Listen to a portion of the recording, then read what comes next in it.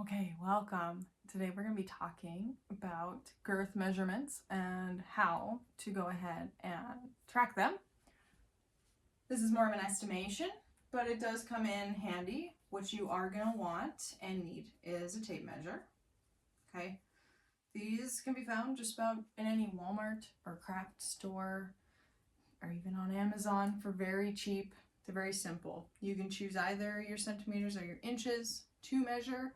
But essentially what we just need is something consistent that's going to allow us to go ahead and look at how wide certain parts of our body are. As I mentioned in the previous training, the one that you're going to get the most bang for your buck is going to be your waistline, and that is going to be the thinnest part of your waist. Some of us, we're going to look a little different in that way because some of us are going to have a different spot that may or may not be wider or thinner, but it is essentially just kind of up at the top of your hips. And this part is where your body's mostly made up of fat. So as the fat comes off, you will see the most changes there. And the way that you're going to track that, you're going to take your tape measure. You're going to go ahead and go around the middle. I'm just going to drop the rest of that. We're going to find our middle point. And we are just going to go ahead and find about where we're at. And you're going to see that number for yourself wherever. You want it to be kind of on the tighter side, but you don't want to be pulling it. You want it to be relaxed, okay? Try not to be stretching it, like sucking in or pushing out. We just want a neutral, loose belly. And we just want to go ahead and find kind of where it lies. It might lie in between. It might lie right on. Estimations are okay. I usually do like quarters. So this one, I suppose, would be 31.5 if I really wanted to track that today. And that is for your waistline, the thinnest part of your waist. We also have the hips, which is farther down. It's the widest part of your hips. It's about where your booty starts to come out.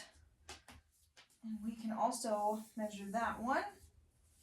I go out and around, and same thing, we find essentially where that lies without having to pull too tight on the string.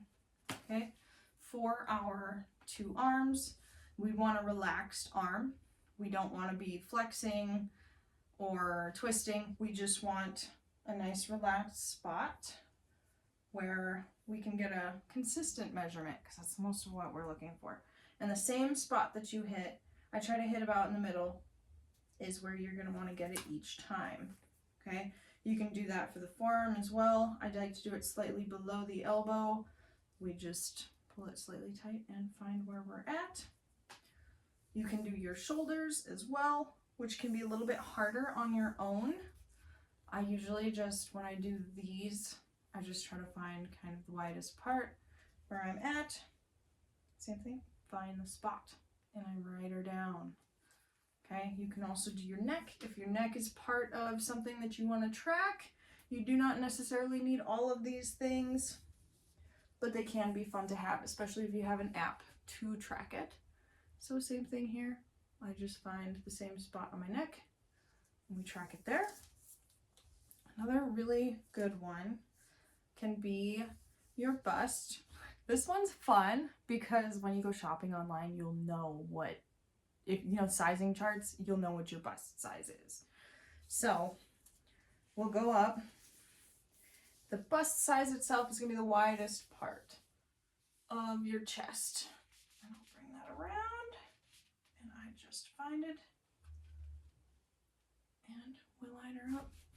And that's where we are. And lastly, we've got our legs. So I like to do my thighs, same thing. I try not to flex them or squeeze them. I just like to find a consistent spot, which is a bit below, a little below the crotch, because it's about usually the place where we have the most girth. And I just bring it around the front.